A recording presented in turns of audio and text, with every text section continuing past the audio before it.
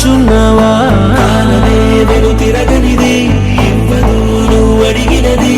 ఏ వేలో పట్టుకొని నేర్చేదే నడకంటే ఒంటరిగా నేర్చాడా ఎవడైనా?